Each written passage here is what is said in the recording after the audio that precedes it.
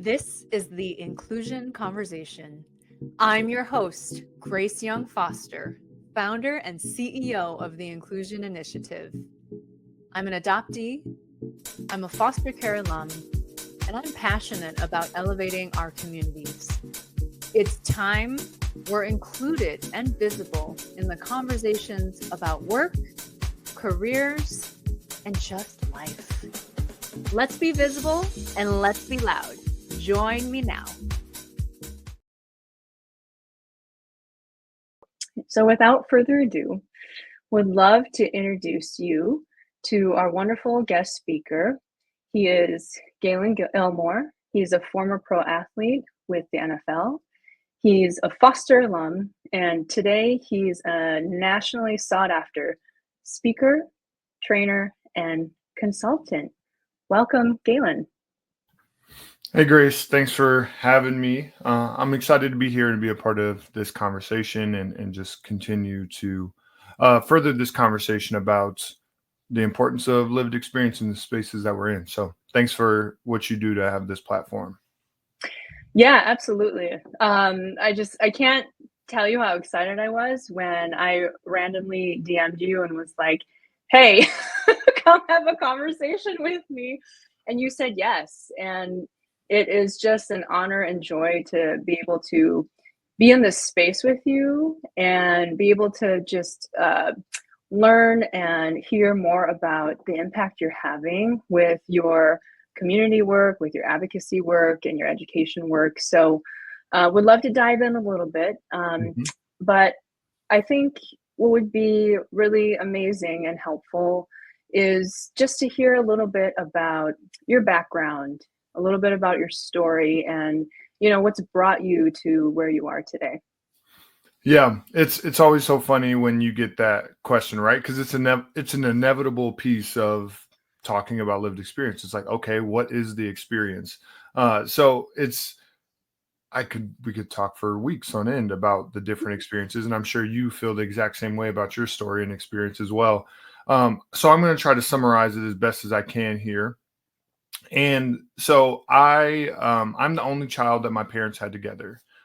I have 5 siblings. I have 3 on my father's side, 2 on my sister or my mom's side. And my parents kind of met at rock bottom, I guess you could say. My parents met in rehab, and I was kind of the thing that ended up like tethering my parents together for a long time. My parents were they were addicts and they were alcoholics and they struggled. But I would say they were still high functioning. Like we had a pretty, like I look back, like we had a pretty good life. Like I had a relationship with them. We had freedom. I had things like anything like outside looking in, you might say a family's able to provide. I feel like we had that.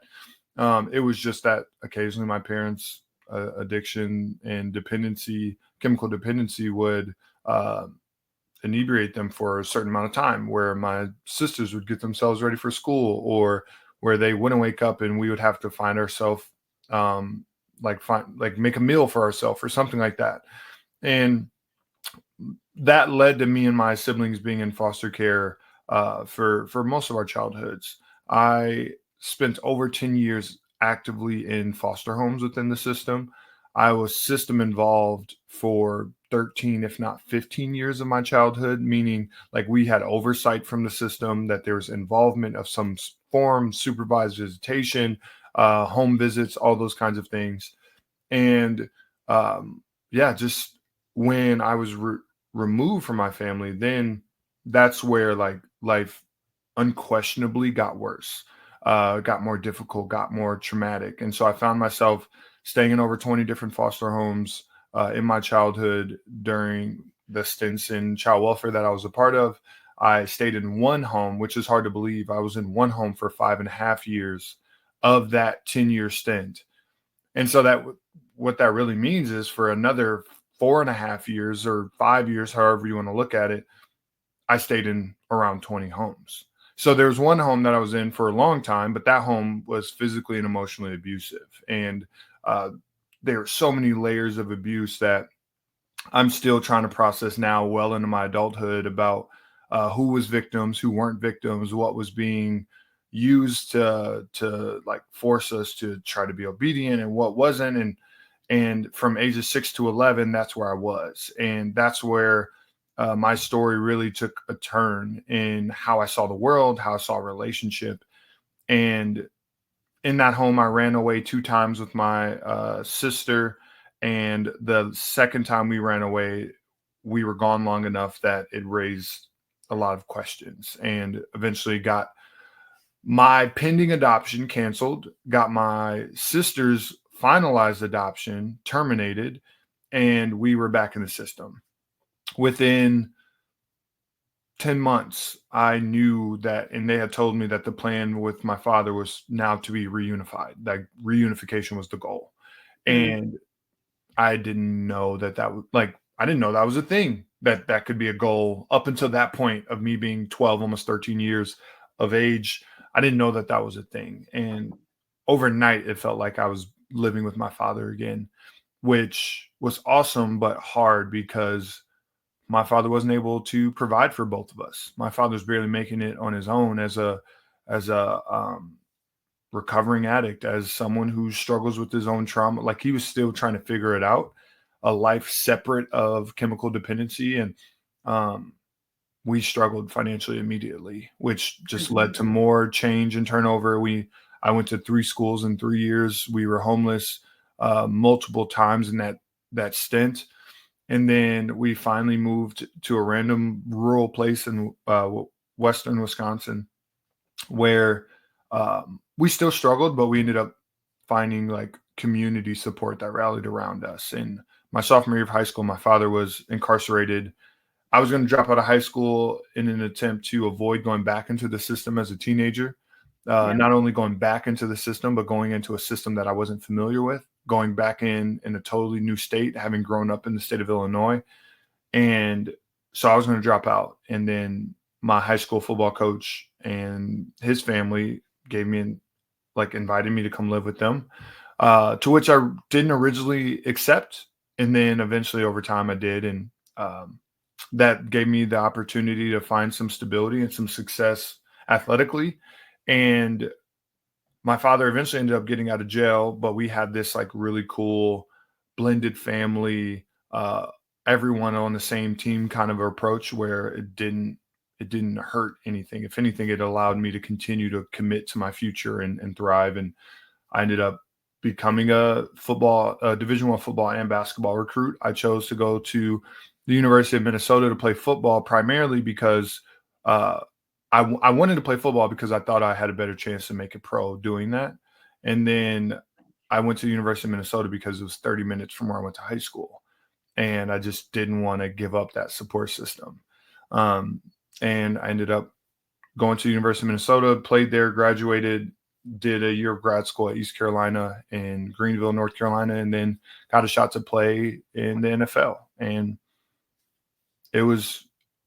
I thought it would be better than it was. Meaning, not that the NFL isn't great. It was a lifelong dream realized, but thinking that it would fix all of my trauma. And I didn't know that. I never said that out loud. I didn't understand that's why I was doing it. But the day I signed my contract, I called my biological parents, and they were divorced. They're separate. I called them both separately, expecting this revelatory conversation that would be so redemptive and beautiful and cinematic. And it was just a giant letdown. And I don't think it was anything that they said in particular. Like, there was nothing that they could have said that would have just been what I needed to hear.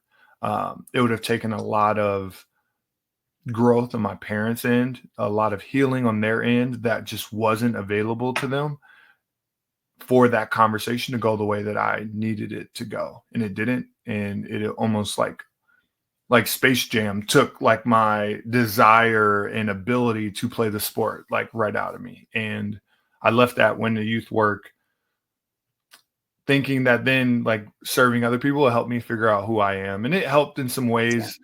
But it really, that was a couple degrees removed from the real purpose, which was like really just understanding trauma understanding how it impacts people, how it impacts relationship in the brain.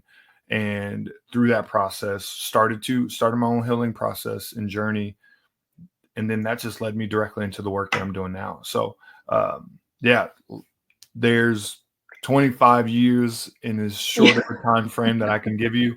I'm willing to press in anywhere that seems like it makes sense. There's a 25 years in a snapshot for you. Yeah.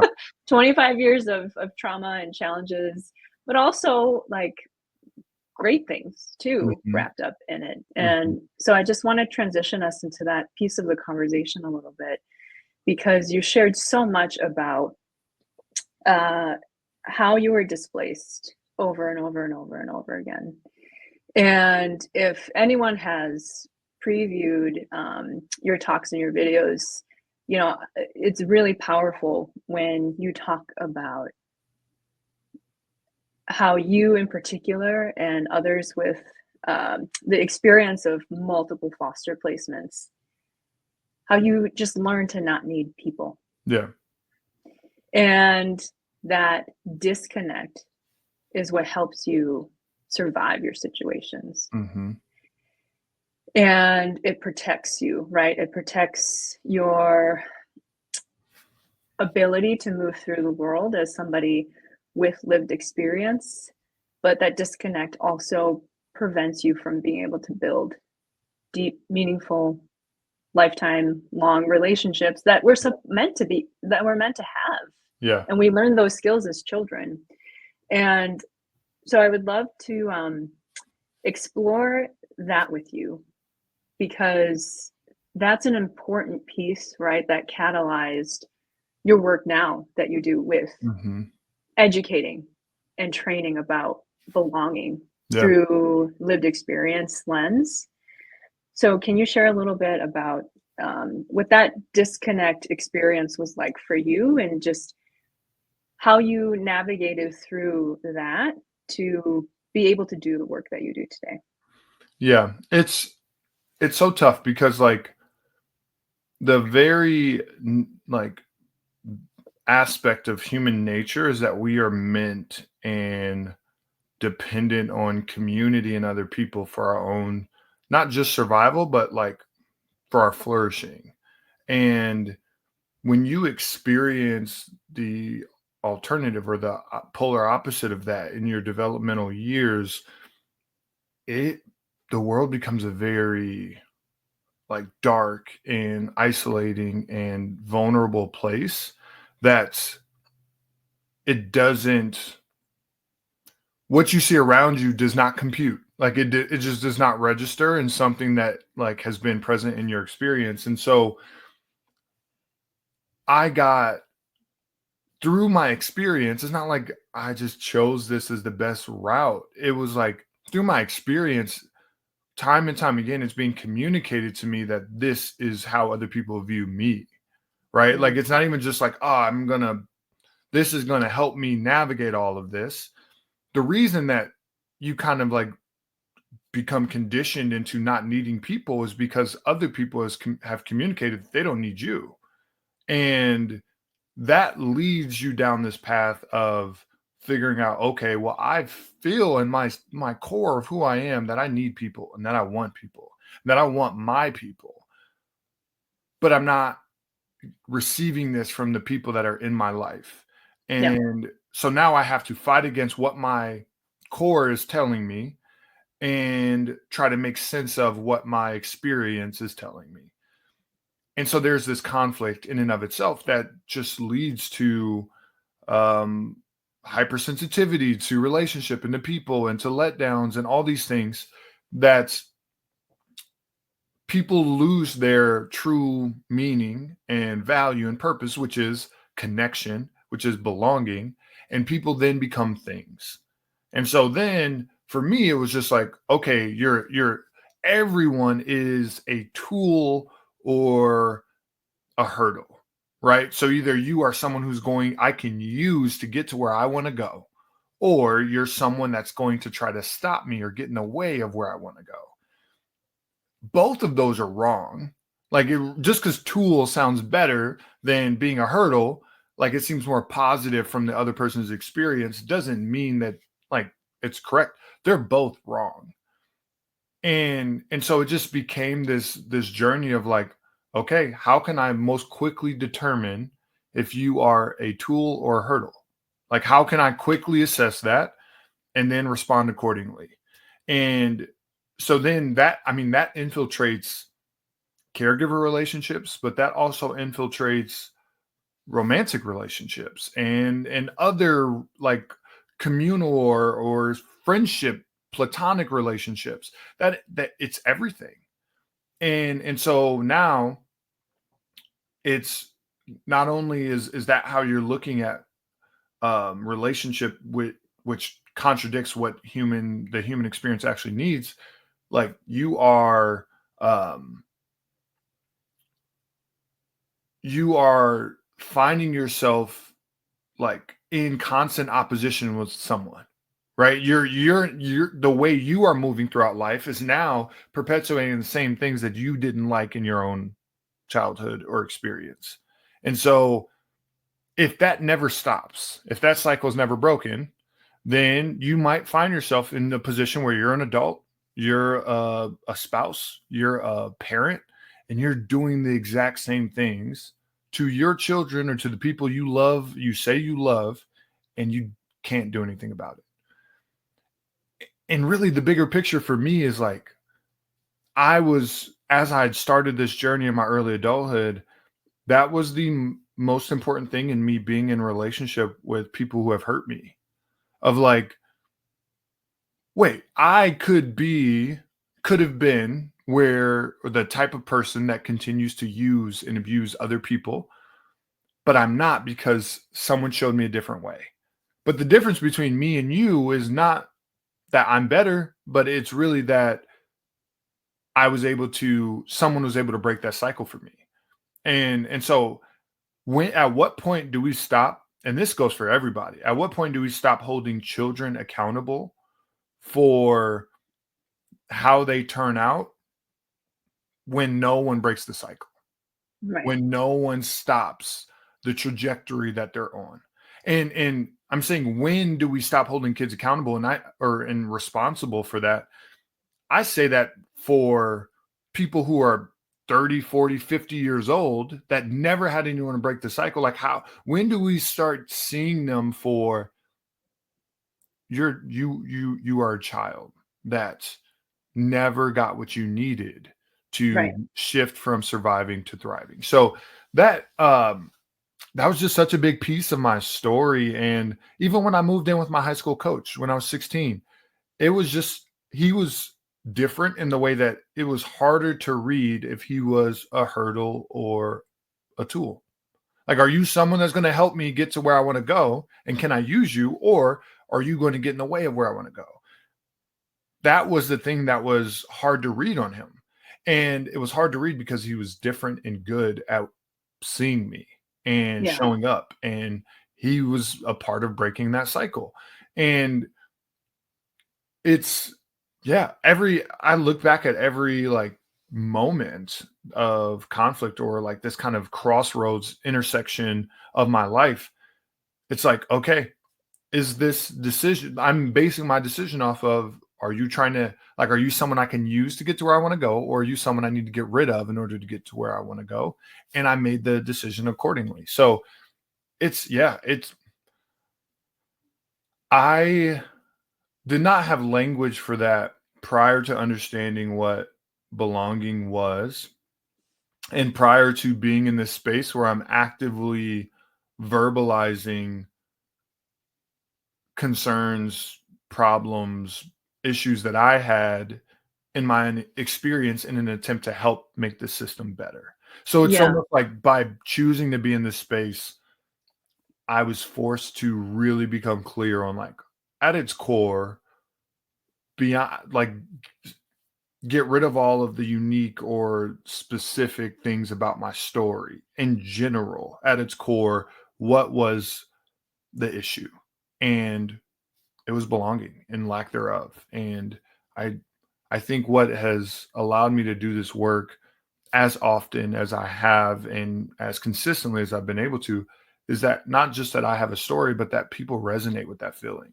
Like, whether you are a professional or a person with lived experience or anywhere in between, people resonate with this battle of belonging. And so, yeah, Yeah, it's something I'm so absolutely. passionate about. Yeah, no, it's you are so right where it's that feeling or the lack of. Everyone has some kind of experience with that. Yeah. Regardless of our lived experience, we can all connect on that feeling of belonging or that lack of feeling of belonging. So I'd love to hear when you finally felt belonging somewhere, Mhm. because that clearly, right, started catalyzing you into really being a national voice on belonging. So tell us a little bit about that. Yeah. So I feel like there's two categories that came to my mind, and I would love your input and see which one we go with. Is it a moment or a story where I like retroactively can look back and know, man, I felt belonging there and maybe didn't have the language? Or is it one of those moments where it's like I kind of knew in the moment, like that's what just happened? I think in the moment, yeah. Yeah.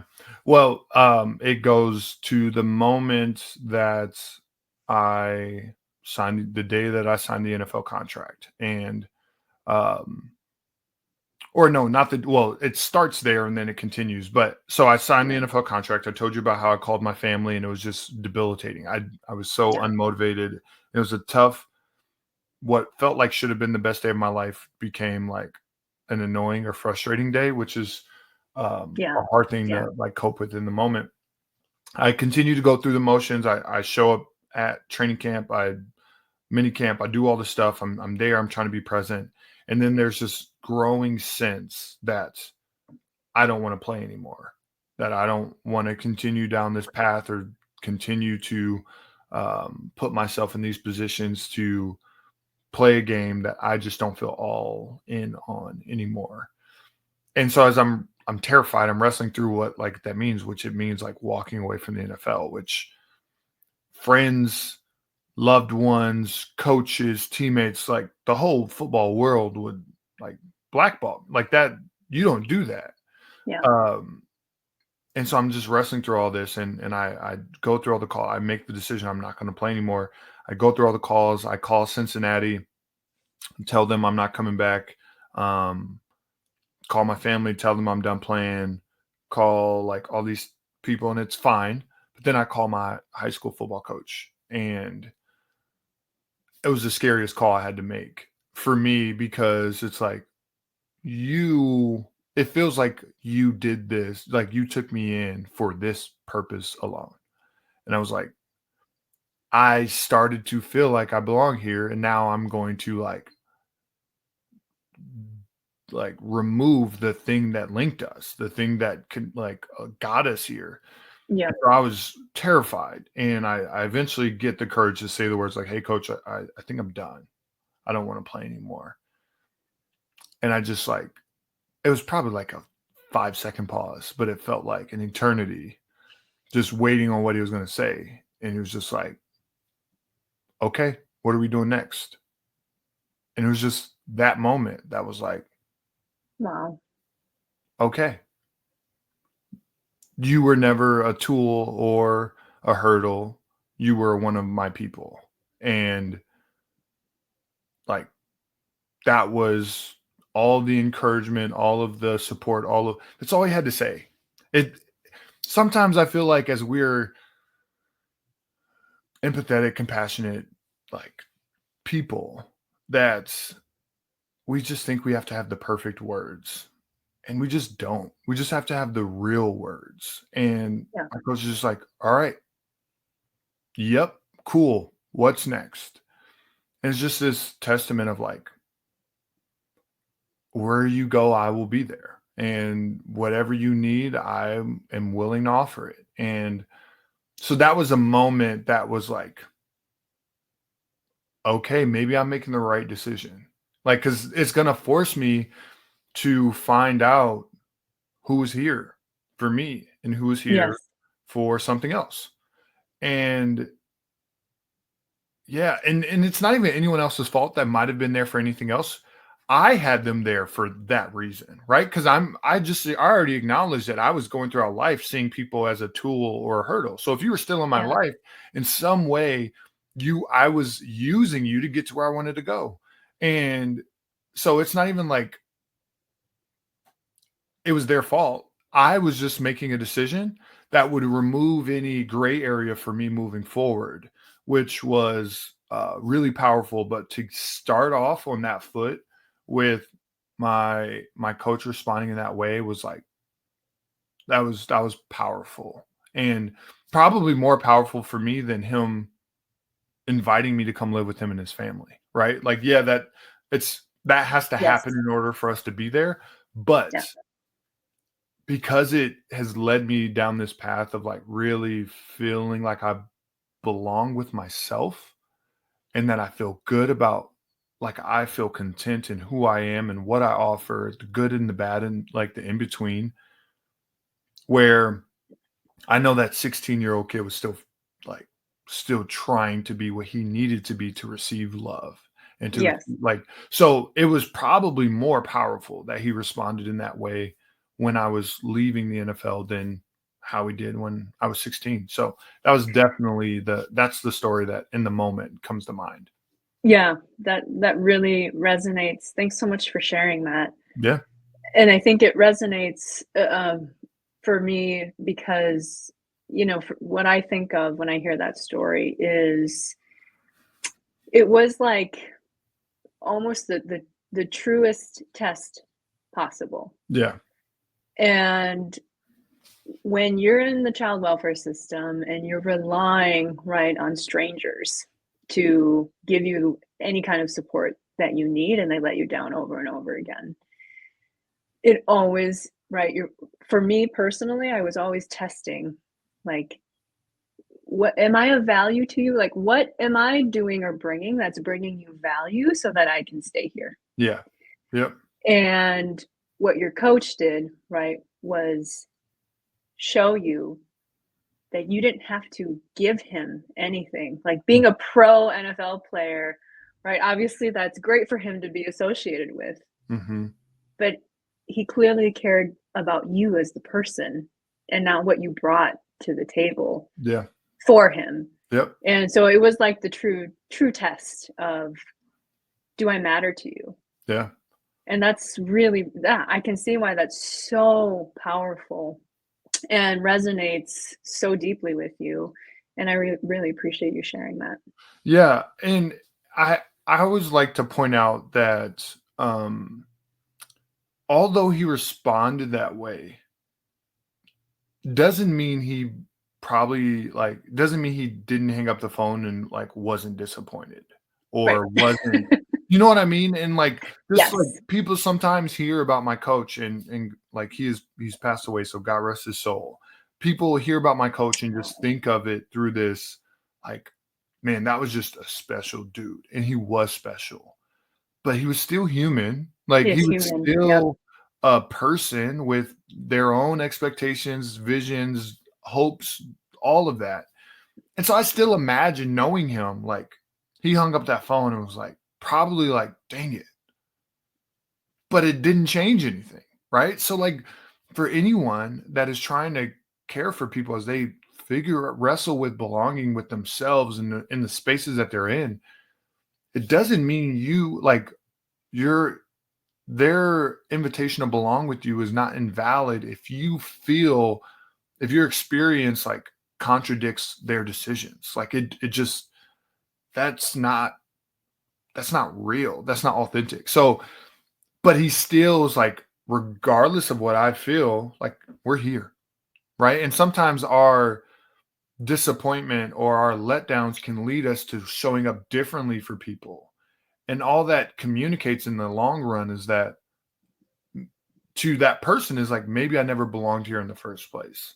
Like maybe it was contingent on this like one thing. And so I like to point that out is like, I still imagine he hung up and was disappointed, and again, not ever financially. Like my coach never expected a dime from anything that I ever did. Right. There are so many things he just supported me without asking questions, like just was like, hey, we got it. Don't worry about it.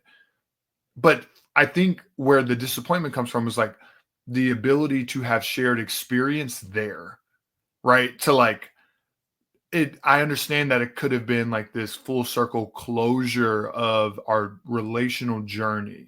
And Yeah. there's like something there that I mourn sometimes, right? Now, especially now that he's gone, like there are moments where I do mourn that of man, like walking up to the stands post my first NFL game and being able to embrace them is absolutely something that I mourn. And so I understand that he could have been mourning that in that moment. Those things, both of those things can be true. He can be supportive of my decision and still mourn what just happened. And Yeah, I think, absolutely. yeah, that both thing is so important. Yeah, and it's true for so many experiences in life that we go through. And I think, what I often hear as a person with lived experience is that it can only be one or the other in society's eyes. And we live in the gray so much. Yeah. So Yep. it's very true what you said. And, for me, what this is bringing up is like, it's an example of how your coach kind of showed you like what unconditional belonging was. Yeah. And yeah, super powerful. And I'm sure he was disappointed because that was his life's work, right? Was being a football coach. Yeah. And of course, who wouldn't be disappointed? But at the same time, he cared about you no matter what. And he showed you that unconditional belonging. And so after that phase of your life, when you decided to walk away from the NFL and focus on what was next for you, you went and did you say community-based work, right? Yeah. Serving others. Mm-hmm. Talk to us a little bit about that. Yeah, so I went into youth ministry, and it was really a community outreach role working with 12 to 18-year-olds across the Twin Cities here in Minnesota. Oh, And wow. um, I was just, like I was on fire, right? I was so excited to be serving kids that are walking through things that I just kind of stepped out of, and that I just not didn't overcome or like close the door on, but literally like I still got wounds from being in that exact same thing, and just Mhm. wanting to try to impart wisdom, wanting to try to be a person in that I needed additionally to all the other people that were supporting me. Because there's this element of you and I, Grace, to be able to look at each other and say, there's something unspoken that we understand about each other that's just allows me to bear myself in front of you in a way that's different than anyone else. Yep. And this, anytime I talk to youth and young people with lived experience, I always start by saying, hey, I see you. I'm not here as an adult, professional, caregiver, anything like that. I'm here as like, I see you as my little brothers and sisters. Like, this is a family thing to me because we have shared experience that no one understands outside of this room. That's like is the equivalent of like what a family or a household might have. So I just wanted to try to be present, be available in that way for young people. And it wasn't all like foster care.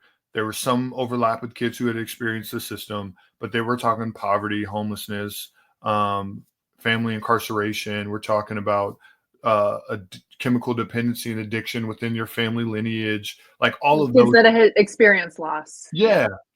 Like, Yeah. so there were so many other aspects of it that was real and present. And then really like walking through that and trying to figure out like, okay, like, what is God or Christianity? What does this have for me? As someone who like, I don't feel like that speaks to my experience. I don't like the vision that I have for, like Christianity or Jesus or like anything, is like, I don't feel connected to it. Like that feels like something that's not real for someone who's gone through as much struggle and as loss as I have. So I really wanted to be that for young people. And unfortunately, and this isn't a shot at anyone, this is just in general, this is bureaucracy. But unfortunately, in the midst of that, of this pure motivated intention to serve others, like you realize like there's other stuff that's happening. And just I started to see like a desire to again be more system focused than it is one-on-one relationship. As far as it being my day job, like I'm a relationship person. Anyone that wants to be in a relationship with me, I'm open to, like I love authentic, genuine connection. But for it to be a part of my job was tough. Yeah. For me to be forced and contracted to be able to try to make that happen where it just didn't happen organically was hard. I see eye to eye with these young people, and I hear you. I feel what you're feeling, your disappointment, your frustration. And it's like, okay, how can I be their mouthpiece that then goes into these spaces and pounds the table for them? Yeah. And so that just like slowly snowballed into me starting to publicly share and doing all these things, and just really it got quick or caught traction fast. And yeah, here we are. Yeah, that's amazing. That's really amazing. And now you are definitely a national voice on belonging. And I would love to talk with you a little bit about, the core of your advocacy work, your education work around belonging. Like, what Mhm. do you want the audience to know? Yeah. That really, that belonging it's actually not as elusive or fluffy a term as I think people like to think. Um, that it's tangible, and how it shows up in a system or in onboarding or in professional development is very, very like palpable and Mhm. identifiable. Um, it's and really that belonging, and I know we're talking about in the child welfare space, but belonging is not something you can just pick and choose when you want to apply it. It really has to be a North Star. And I'm not going to say a core value, because I feel like core values don't even get like, I feel like the standard for what a core value is lately has Yeah. also been diminished. Um, but it has to be a bedrock for how you see people Yeah. in general, regardless of where they're coming from. It is really this deeply held belief in the dignity of humans, of people. And it applies to your work. It applies to your personal life and your relationship with yourself. It applies to social issues, and it applies to every aspect of our world. Like belonging, it's so deeply connected to our experience, brain, our body, our development, that Mhm. it is at play in every issue or conflict we see in our world. And so you can't just be like, oh, I want to do belonging in our agency, or I want to make sure that belonging is a part of our onboarding of caregivers, or I want to make sure that like our students feel belonging in our classroom. Like those things are great. But at its core, it's like when you start there, it's going to have to spill into everything else. Like there is no, okay, we're going to keep belonging in this nice little neat box and then fail to follow through in these other spaces. Like if you want students to feel belonging in your classroom, you have to then take the step to make sure that parents feel belonging with your staff. Yeah. Oh, and if that's the case, then you need to make sure that the community feels like they belong with your school district. And then your staff need to feel like they belong with each other. And so Right. like there's just all these different elements and iterations of what that looks like practically applied to the work that we do. But for me, it's totally transformed how I look at everything in life. And I'll always be committed to it because there will never be a moment where like we reach the destination of belonging. And like it is a continual commitment. We're focusing on the journey more than we're focused on the end point.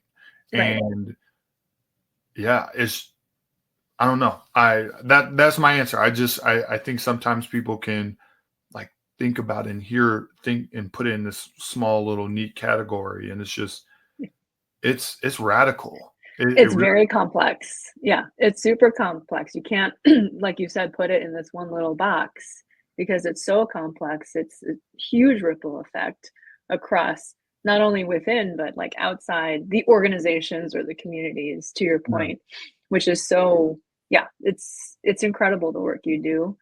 And, you know, a friend of mine, Jonah and I had him on as a guest speaker, and, you know, he talked about how belonging and equity are a result of inclusion.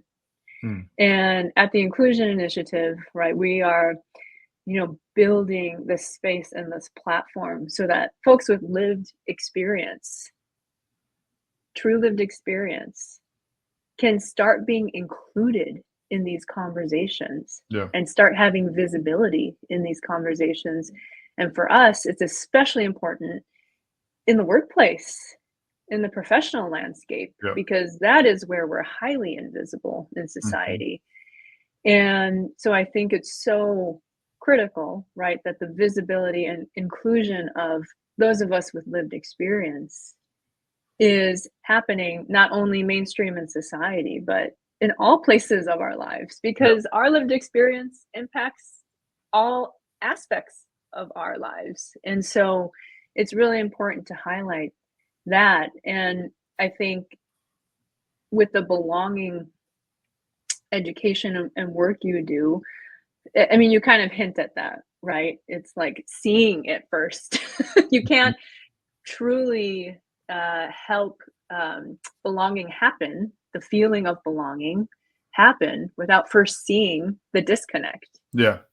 And so, you know, I would love to just hear from you, you know, as we wrap up our conversation and move into the Q&A portion. Would love to hear a little bit about your thoughts on this whole ecosystem of things that has to happen together to actually create a sense of belonging.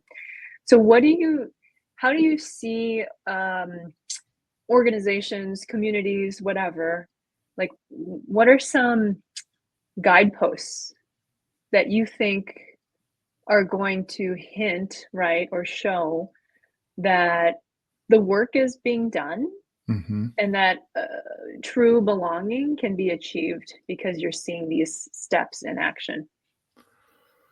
Yeah. So if we're looking at it through the lens of an organization or like kind of the professional space, I think it's through like professionals, it's a decrease in turnover.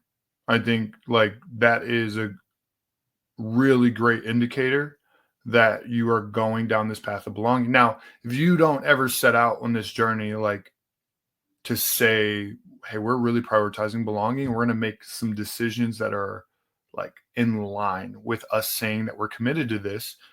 Like, let's say you choose equity, right? Like you still very well might find yourself like decreasing turnover. So it's a combination of things, but I think decrease in turnover, when we think and hear about people leaving organizations, especially in child welfare, it has very little to do with the mission of the work and everything to do, I would argue, everything to do with our inauthentic pursuit of that mission, right?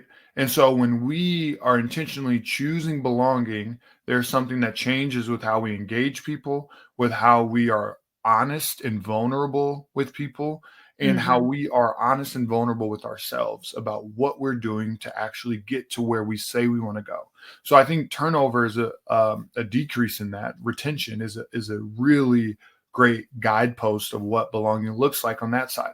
I think the same thing applies to caregivers in whether it's foster parents. It's like retention. Yeah. If, again, foster parents don't like, well, this is actually a very interesting point that I do want to make. There are a lot of foster parents that are recruited under false pretenses, right? Under like, well, we have a foster parent shortage, so I'm not going to be honest and totally transparent with them about what they're signing up for. Yeah. And so in and of itself, you are setting them up to fail in their journey to meet belonging needs of those that they serve. And so when we are choosing belonging, it is acknowledging that the people who need to be here will be here. If we are committed to belonging, we don't have to like pull the rug out from under people, like get them in the door and then pull the chair. Like you don't need to do that. It's like, okay, how and how are we going to like do the hard work on the front end to get the better buy-in that is ultimately going to help young people more. And so with caregivers, I would say it's belonging on the recruitment front, but then it's belonging on the retention front with like when we are creating community that is honest, vulnerable, transparent with each other, that we can lean and experience support with, whether that's other caregivers, whether that's my staff and the people who are supporting me. I don't need to feel that from the children that I'm serving. I don't have to expect them to give me something that makes me feel like what I'm doing matters. And so then you're removing the burden from a kid who is probably largely incapable of giving them something because all they've had was stuff taken. And so how am I supposed to be able to give you something that I've never been given in my life? And so now you're also you're putting kids in a more likely situation that they disappoint their caregiver in some capacity, but are still worthy of belonging there because it was never contingent on you giving me that anyway. And so then the overflow of those things are that kids are getting an opportunity to experience belonging. Kids are getting an opportunity to be in relationship and connection with people that there are no strings attached. It is, we're here for you and everything we do is for you. So those are some of the immediate things that I think about with, and research backs this in corporate spaces too. Like the professionals that identify that they belong, like, it was like Sherm did a study of people and said 60% people who felt like they belong at their organization were 60% more likely to believe in just an objective decision making when they were passed up for a promotion. That people were more likely to believe in the decisions that their leadership made, even when it did not benefit them, because they belonged in that space. Yeah. So like that to me is just a great indicator of like what we need to be prioritizing and what we need to be focusing. And not only is it practical in that way, but it's practical in how we have this conversation with people who don't get it. Like I'm thinking legislators and lawmakers, right? They may not be able to ever, and they haven't historically been able to put themselves in the shoes of a young person navigating the systems that they are tasked with making better. Yes. But we could have a conversation about them not belonging in certain spaces, right? Like as polarizing as politics is and are, they would resonate with this feeling of not belonging.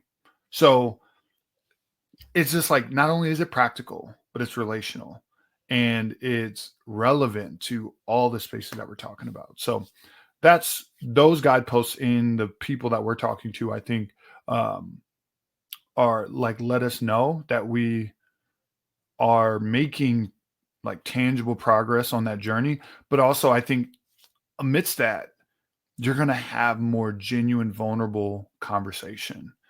And the invitation to belonging is an invitation to be raw. And for lack of a better term, this is biblical, but to be naked with people, right? To just bear all that you are and not put on this show, not put on this face, just to be real.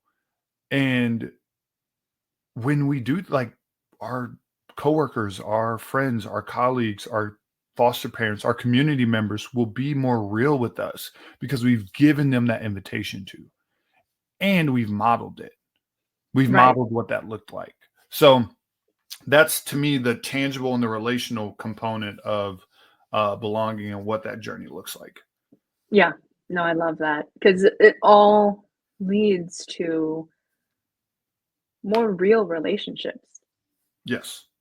which creates that longevity of whatever it is, whether you stay in your job or stay in the home or stay in that community, like the real relationships is so critical, and that's what belonging gets to. So I really appreciate that. It's really profound, Gaelin, the work that you're doing, the insights you have. Like, I'm sure you're told all the time, you're just very wise beyond your years.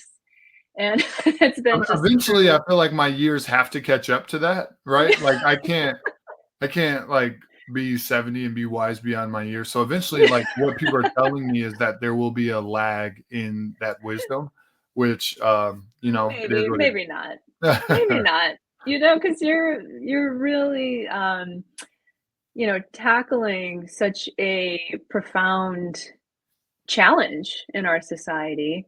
Yeah. And yeah, I can't thank you enough for everything that you're doing. And before, we have a couple of questions, and I think we have time for just one of them, but I wanted to make sure that we post here your website so that folks that want to work with you know how to get in touch, know the opportunities they have to work with you. So you do facilitate workshops, correct? And you do trainings, you do keynotes, all the things. So get in touch. Here's his website. So your website and Instagram are probably the best ones, and LinkedIn, of course, because here we are on LinkedIn. Oh, great. Okay. Awesome. Okay. So one of the questions is, I'm going to summarize here. You had the opportunity to reunite with your birth family. Mm-hmm. And it was hard and challenging, even though, right, the trope is that, oh, reunification is just so beautiful and awesome, blah, blah, blah. So how do you think the system and our society as a whole can better support that opportunity? I think they mean family reunification. Yeah, I'm going to use similar language of, just like belonging is not a destination, it's the journey.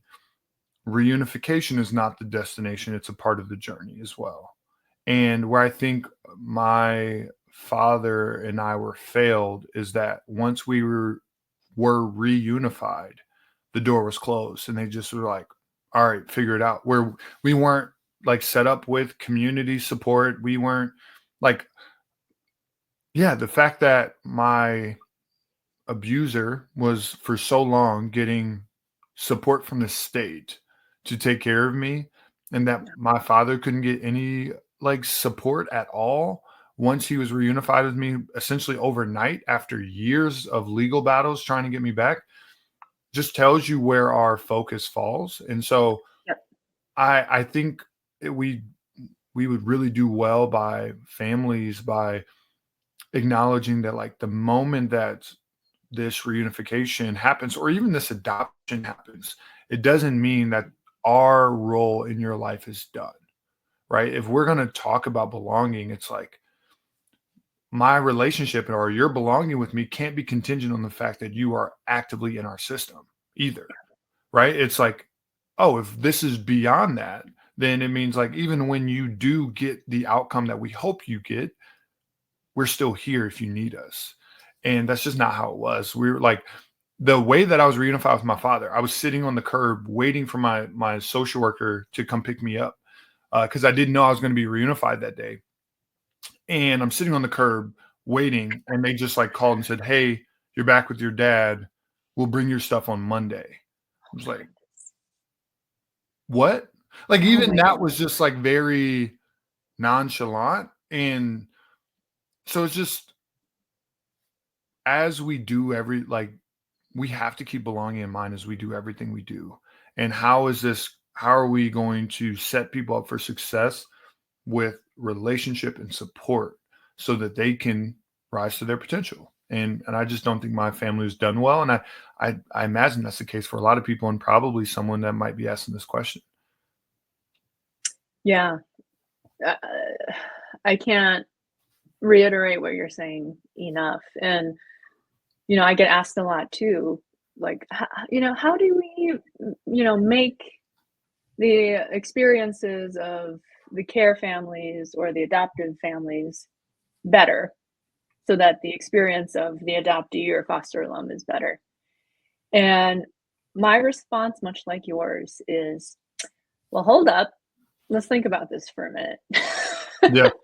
Let's look at all the resources that are already there within the system.